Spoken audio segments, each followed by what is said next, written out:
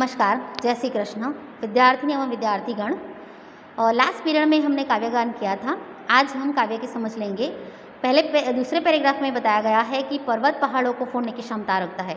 जिसे मैंने आपको क्लास में बात बताई थी कि दशरथ माझी बराबर कि एक ऐसा इंसान कि जो पर्वत के बीच में रहने वाला, जीवन बसर करने वाला एक सामान्य इंसान, गर्भवती उसकी पत्नी जो उसके लिए खाना लेकर आती है, जो किसी कारणवश उसका पैर फिसलने के कारण उसके पैर फिसलने के कारण वह उसका देहांत हो जाता है। और जो यह दशरथ है, दशरथ माझी, वह अपनी पत्नी को सही समय पर अस्पताल नहीं ले जा सकता क्योंकि उसे रास्ता नहीं मिलता है।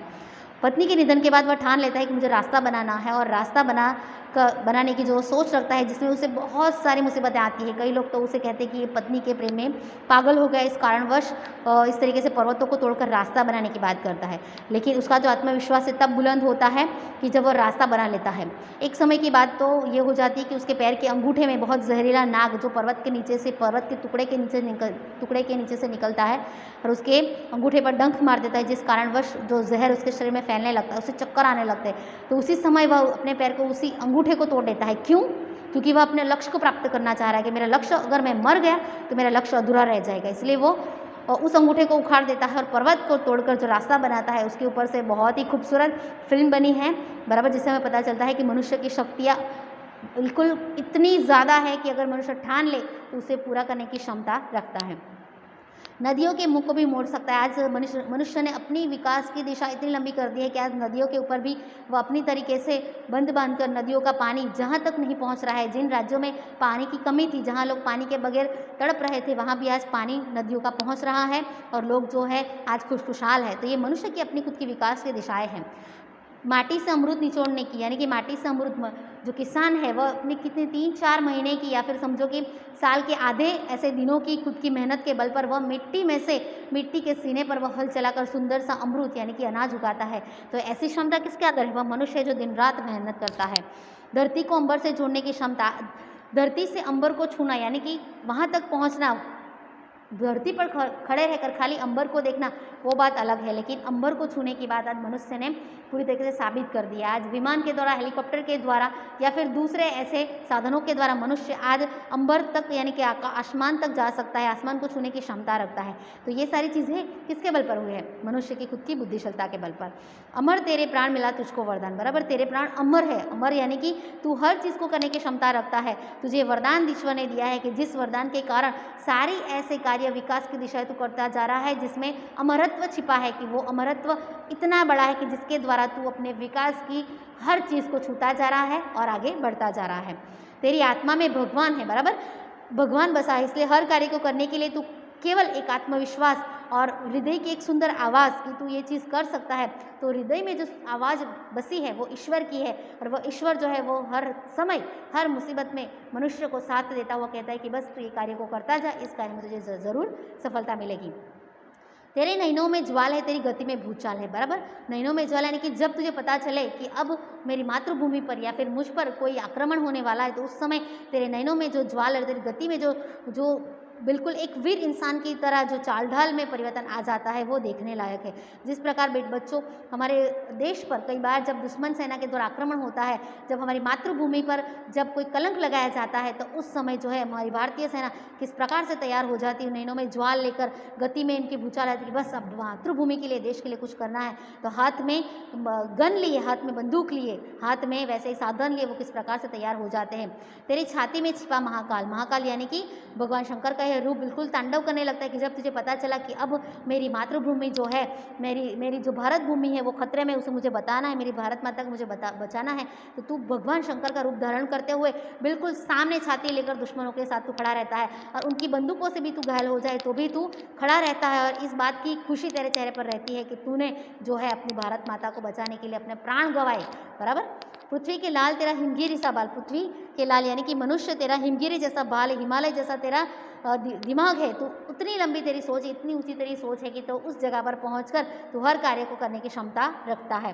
तेरी भ्रुकुटी में तांडव का ताल है, तेरी भ्रुकुटी यानी आईब्रो जिसे हम कहते हैं, बराबर ये ऊपर आंखों के ऊपर जो हमारी भौं होती है उसे भ्रुकुटी कहा जाता है, कि उसमें तांडव का ताल है। अगर तू कोई कार्य करने की क्षमता अपने अंदर डाल ले तो उस कार्य को करने के लिए तू अपनी पूरी तरीके से अपने आत्मविश्वास को पकड़ते हुए अपनी मंजिल तक आगे बढ़ता है। इसके लिए मैं अगर आपको उदाहरण दूँ तो तारिणी मिशन बहुत ही सही होगा कि जो जिस प्रकार से महिलाएं हैं वो किस प्रकार से अपनी मंजिल को पकड़ती है, या फिर मंगलयान फिर चंद्रयान की बात करते हैं उसमें किस प्रकार से लोगों ने अपने आप को झोंका है, किस प्रकार से दिन रात की मेहनत से उन्होंने एक नया जो आविष्कार है वो किया है और विकास की दिशा में भारत का नाम आगे किया है। तो ये मनुष्य की अपनी शक्ति है कि जिसके बल पर वह हर चीज़ को नामुमकिन चीज़ को मुमकिन कर सकता है। निज को तू जान जरा शक्ति पहचान, निज यानी तो अपने आप को जान, अपनी खुद की अंदर की तू शक्ति पहचान कि तू क्या क्या कर सकता है। तेरी वाणी में युग का आह्वान, यानी कि तेरी वाणी इतनी ज़्यादा बहादुर है कि जिससे युग का आह्वान, आप देख सकते हैं कि एक ऐसा युग था कि जिस समय हम गुलाम थे, ब्रिटिश सरकार ने हमें दबा कर रखा था, हम अपनी आवाज़ नहीं उठा सकते थे।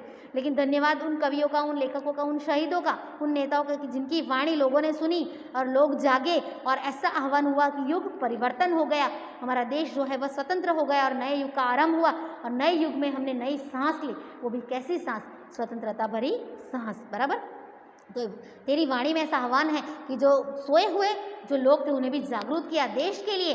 और झवेरचंद मेघाणी की बात करें, उमाशंकर जोशी की बात करें, नर्मद की बात करें, ऐसे महान कवि हैं, ऐसे तो बहुत सारे हिंदी कवि भी हैं कि जिन्होंने प्रेरणा दी लोगों को, और उनकी एक ही आवाज़ पर जो जनता जागी है, ब्रिटिश सरकार को यहाँ से भागने की नौबत आई, बराबर। हमारे भारत देश ने ऐसे कार्य किए कि जिससे ब्रिटिशरों को यहाँ से भागना पड़ा। और यहाँ इस तरीके से भागे कि उन्होंने देखा कि भले ही देहाती पूरा भारत है, भले ही निरक्षर भारत है, भले ही खाने के लारे पड़ रहे हैं, लेकिन अगर मन में एक बार ठान ले तो वो हर चीज़ को कर सकता है। और उसका बेस्ट उदाहरण हमारी खुद की देश की आज़ादी है।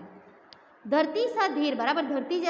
धरती जिस प्रकार धीरज रखती है, बराबर, अगर उसमें बीज लगाए जाते हैं, उसे पूरी तरीके से जोता जाता है हल से खेत को, बराबर, उसके बाद धरती जो है अपना रूप निखार कर देती है, बराबर। उसी तरीके से तू भी अग्नि जैसा वीर है। अग्नि में जो वीरता है, जिस प्रकार वो जलती है भड़बड़ करते हुए, वैसी जो वीरता है तेरे अंदर है।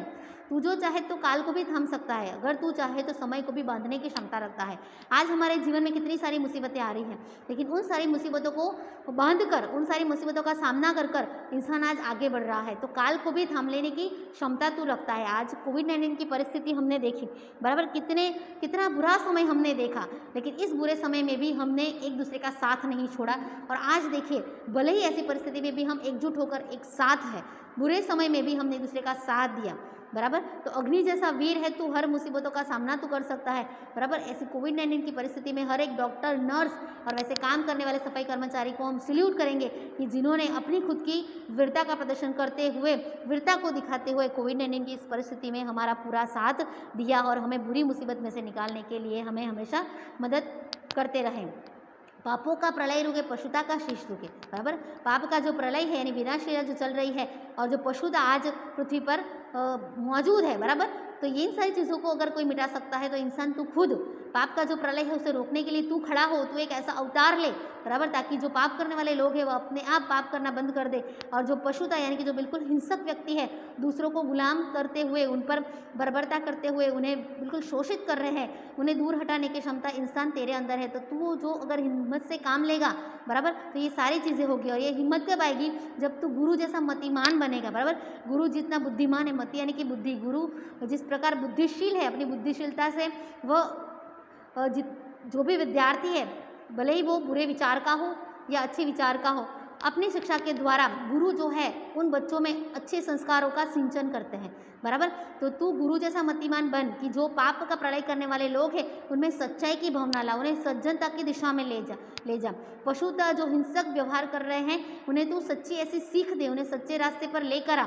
पवन जैसी तेरी गति है और तेरी गतिशीलता से तू इन सारी चीज़ों को तू कर सकता है, लेकिन गुरु जैसी बुद्धि और धरती जैसा धीरज तेरे अंदर होना चाहिए, तभी तू ये जो सारे कार्य है वो कर सकता है। और हे मनुष्य, तू गुरु की शक्ति पाकर पापों का प्रलय यानी जो पाप करने वाले लोग हैं उनमें भी सज्जनता की भावना ला सकता है। और जो बर्बर और पशुता से भरे हुए लोग हैं, जो दूसरों को शोषित कर रहे हैं, दूसरों को त्रासदी दे रहे हैं, उसमें से भी बाहर निकलने की क्षमता मनुष्य तेरे अंदर है। तो तू ऐसी गुरु जैसी बुद्धि लेकर आ, धरती जैसा धीर बन जा, तो अपने आप ये पृथ्वी पर जो बुरी तरीके से सारे पाप फैल रहे हैं, पशुता जैसे फैल रही है, उसे तू नष्ट कर सकता है, बराबर। पवन जैसी तेरी गति है, उस गति को तू इतने अच्छे कार्यों में लगा ताकि इंसान जो है वह सचमुच धरती की शान बन सकता है। बन गया है, लेकिन अब भी जो कमियां हैं उसे दूर करने की ज़रूरत है। तेरी नभ से भी ऊंची उड़ान है, नभ से भी यानी आसमान से भी ऊपर तेरी उड़ान है। अगर तू अपने लक्ष्य को प्राप्त करने के बारे में सोच ले कि मुझे यहाँ से ऊपर जाना है, मुझे ये चीज़ करनी है, तो उसके लिए तुझे केवल अपने दिमाग को, अपनी शक्तियों को, अपने मन को ये संदेशा देना है। तो देख, तेरी शक्ति नभ से भी ऊँची चली जाएगी और ऊँची उड़ान भरते हुए तू एक अच्छा नाम अपना स्थापित करेगा। हे मनुष्य, तू धरती की शान है, तू भारत की संतान है और तेरी मुट्ठियों में तूफान बंद है। तू मनुष्य बड़ा महान है।